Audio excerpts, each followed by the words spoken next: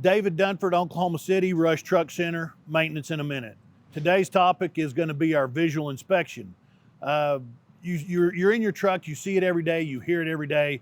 You have to kind of take yourself, close it off, close your eyes, open it back up to a new truck.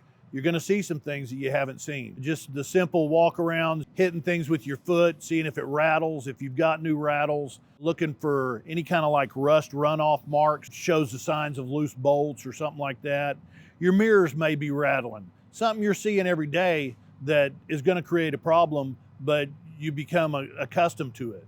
These things are things that you're going to want to get taken care of, either by yourself or come into the professionals and let us look it over and take care of it. Remember, a second set of eyes on what you're looking for can always help you. That's David Dunford, Rush Truck Center, maintenance in a minute.